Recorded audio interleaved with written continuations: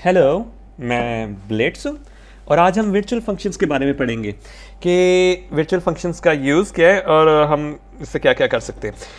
Basically अगर हम बात करें कि हमने जब चाइल्ड बनाया, ठीक है, उससे हम पेरेंट्स के फंक्शन कॉल कर सकते हैं। हाँ, आराम से कर सकते हैं, इनहेरिट करके उसके मेंबर्स, ठीक है। लेकिन कभी हमने ये सोचा कि हम एक पेरेंट बनाएं, ठीक है, उससे हम चाइल्ड के फंक्शंस को एक्सेस करें। नहीं, इस तरह तो हमने पहले सीखा नहीं, लेकिन आज हम सीखेंगे, ठीक है। वो हम वर्चुअल फंक्शंस के थ्रू कर सकते हैं। हम ऐसा करेंगे यार, एक पेरेंट पॉइंटर बनाएंगे, ठीक है। एक पेरेंट पॉइंटर बनाया, वो हम कहेंगे उसके थ्रू एक डायनेमिकली चाइल्ड बनाएंगे, ठीक है। डायनेमिकली चाइल्ड बनाएंगे, उसका फ़ायदा ये होगा कि वो चाइल्ड जब बनता है तो ऑब्वियस बात है पेरेंट भी बनता है। वो इस लोकेशन में ना एक पेरेंट बना देगा। ये जो पेरेंट पॉइंटर है, चाइल्ड के अंदर की जो पेरेंट की लोकेशन है ना, वहां एक पेरेंट बना देगा, ठीक है। अब उसे पता है कि यार वो एक चाइल्ड के अंदर बना हुआ है, तो अगर उसने चाइल्ड के फंक्शंस को एक्सेस करना होगा, उसके लिए आसानी होगी, वो आराम से एक्सेस कर सकता है। वो उससे पता होगा कि वो चाइल्ड के अंदर सराउंडेड है, तो वो आगे पीछे अपने एड्रेस पे देखेगा और वहां से वो उनके फंक्शंस को कॉल कर सकेगा। तो इसको भी हम थोड़ा सा कोड में करने की ट्राई करते हैं ताकि आपको ज़्यादा अच्छी एक्सप्लेनेशन मिले। मैं बनाता हूँ एक ए क्लास, ठीक है। इसको मैं मिटा देता हूँ क्योंकि मैंने सिर्फ एक फंक्शन बनाना है, ठीक है। मैं बनाता हूँ वॉइड फन ए, ठीक है। अब मैं इसमें सी आउट कर देता हूँ, सी आउट ए फन, ठीक है। एक का फंक्शन है और यहाँ मैं डाल देता हूँ सेमी कॉलम, ठीक है। ये मैं कॉपी करता हूँ, एक और क्लास बनाता हूँ बी की, ठीक है। बी बन गई, बी हो गया और यहाँ बी, बी, ये भी बी, ठीक है। अब ये पब्लिक कर देता हूँ इसके अंदर ए। मैंने क्या कहा था कि मैं बनाऊंगा एक पॉइंटर, पेरेंट पॉइंटर से चाइल्ड के अंदर के एड्रेस पे पेरेंट बनाऊंगा, ठीक है। तो उसके लिए मैं क्या करना पड़ेगा मुझे, मैं कहता हूँ यार ए पॉइंटर किया, ऑब्जेक्ट किया, उससे न्यू ए लिखने के बजाय ना मैं न्यू बी लिखूंगा, ठीक है। हुआ ये कि उसने एक बी का ये पूरा डब्बा बना दिया, ठीक है।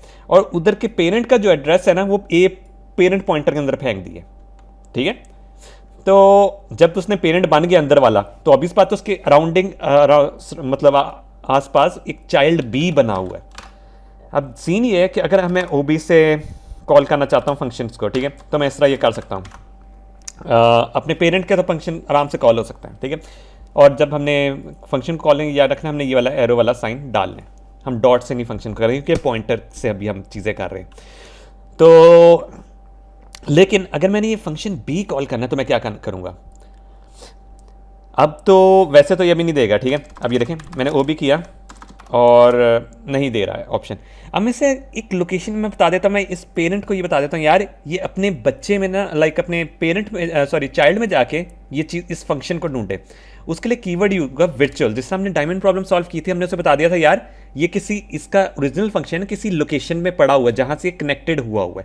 तो इधर भी हम यहाँ ये लिख देंगे, वर्चुअल का कीवर्ड दे देंगे, यहाँ एक उसकी वर्चुअल का एड्रेस आ जाता है कि यार ये अपने ना चाइल्ड में कहीं ना कहीं इसने फंक्शन बनाया हो, वो जाके ढूंढो, ठीक है। तो मैं इसके अंदर फंक्शन का नाम रख देता हूँ फन बी, ठीक है। और यहाँ उसकी बॉडी रख देता हूँ, ठीक है। अब सीन ये है कि ये फंक्शन वो जाके ढूंढेगा अपने चाइल्ड में जाके, ठीक है।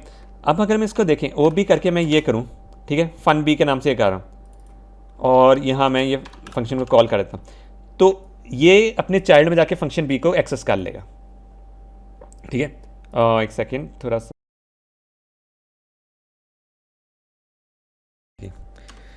अब ठीक है। अगर हम इसको देखें तो ये बी वाले फंक्शन को एक्सेस करेगा, ठीक है। इसको हम ये करते हैं, ठीक है। अगर हाँ, ठीक है, देखो बी फन वाला फंक्शन एक्सेस कर लिया। अब इसका फ़ायदा ये भी है, इसे कहते हैं वर्चुअल फंक्शन, ठीक है।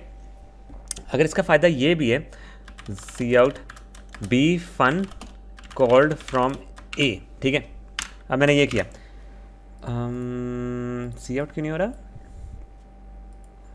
ओह अच्छा, मैंने सॉरी पैरामीटर में फेंक दिया। हाँ, सपोज ये इस जगह से वो कॉल होगा ना, तो वो ये वाला B fun function called from A करेगा। लेकिन अगर वो बी की क्लास से कॉल होगा तो ये करेगा। अभी तो फिलहाल ये कर रहा है बी फन, है ना। मैं चाहता हूँ यार कि वो ये वाला फंक्शन कॉल करे। इसमें सीन ये होगा कि इसको मैं कर देता हूँ कमेंट आउट कर देता। अब वो देखेगा अपने बच्चों में, देखेगा जाके फंक्शन बी को, अगर उसे नहीं मिलेगा ना तो फिर वो ये वाला फंक्शन कॉल कर देगा। अब देखना ये बी फंक्शन कॉल्ड फ्रॉम ए आएगा, ठीक है, बी फंक्शन कॉल्ड फ्रॉम ए आ रहा है। तो ये वर्चुअल फंक्शन का फ़ायदा है, ठीक है। अगर आपको पता है यार कि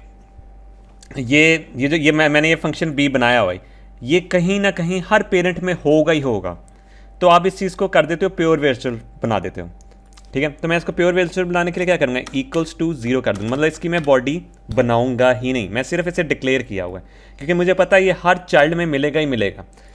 तो इस तरह करेंगे तब भी बी फंक्शन कॉल होगा, ठीक है। लेकिन इसका एक होगा सीन ये होगा, अगर मैं यहाँ कमेंट आउट करता हूँ ये इसमें एरर देगा, कहेगा कि यार ये प्योर वर्चुअल बनाया और इसकी तो बॉडी तो बनाई ही नहीं, ठीक है। वो ये कह रहा है कि इसकी बॉडी बनाई नहीं है। तो इस वजह से जब आपने प्योर बनाना है तो आपने ये नोटिस करना है कि यार क्या वो हर क्लास में है या नहीं। अब हम इसमें देखें, अब इसमें फंक्शन मैंने बनाया है क्लास ए क्लास बी, ठीक है। इसमें से कौन सा प्योर बनाना चाहिए, कौन सा नॉर्मल वाला बनाना चाहिए, अब इसमें हम देखेंगे, ठीक है। अब येलो से देखते हैं, फंक्शन 1 यहाँ भी है और यहाँ भी है, तो ये क्या बन जाएगा, इसे हम प्योर बनाएंगे, ठीक है, प्योर बना देंगे। प्योर बनाने के लिए हम क्या करते थे, ये इक्वल्स टू 0 कर देते हैं उसकी डिक्लेरेशन देने के बाद। अब हम ना फंक्शन 2 देखें यार, फंक्शन 2 इधर है और इधर है, ठीक है, लेकिन यहाँ वाली साइड पे नहीं है। तो हम ये करते हैं यार, एक फंक्शन 1 बनाते हैं, उसे प्योर बनाएंगे, और दूसरे वाला फंक्शन एक कल बी क्लास में बनाएंगे और सी में नहीं बनाएंगे, ठीक है। इसको हम कोड पे करने की ट्राई करते हैं। पहले फंक्शन 1 इसका नाम दे देते हैं, ठीक है, फंक्शन 1 दे देते हैं, ठीक है। इसको थोड़ी देर के लिए मिटा देते हैं, ठीक है। अब हम दूसरी क्लास बनाते हैं इसमें, ये वाली, ठीक है, सी क्लास बनाते हैं, सी बना देते हैं, और इसमें यहाँ भी कर देते हैं सी फंक्शन, मतलब फंक्शन 1 ही पहले बनाते हैं ना, सी का 1 फंक्शन, ठीक है, बी का 1 फंक्शन। और क्योंकि फंक्शन 1 प्योर है तो हमें ये इसकी चीज़ की करने की, हाँ फंक्शन 1 प्योर है ना, तो ये दोनों फंक्शन में होना चाहिए। अब हम अपना फंक्शन 2 बनाते हैं, ठीक है। फंक्शन 2 किधर है, सिर्फ बी क्लास में, फंक्शन 2, और यहाँ कर देते हैं बी फंक्शन 2, ठीक है। अब वो इसमें है नहीं, तो यहाँ हम उसकी बॉडी क्या बनाएंगे, प्योर नहीं बनाएंगे, हम उसकी बॉडी यहाँ लिख देंगे, हम कहेंगे cout function not found in child, ठीक है। सपोज हमने ये लिख दिया, और यहाँ भी मैं लाइन डाल देता हूँ ताकि थोड़ा क्लियर आए, ठीक है।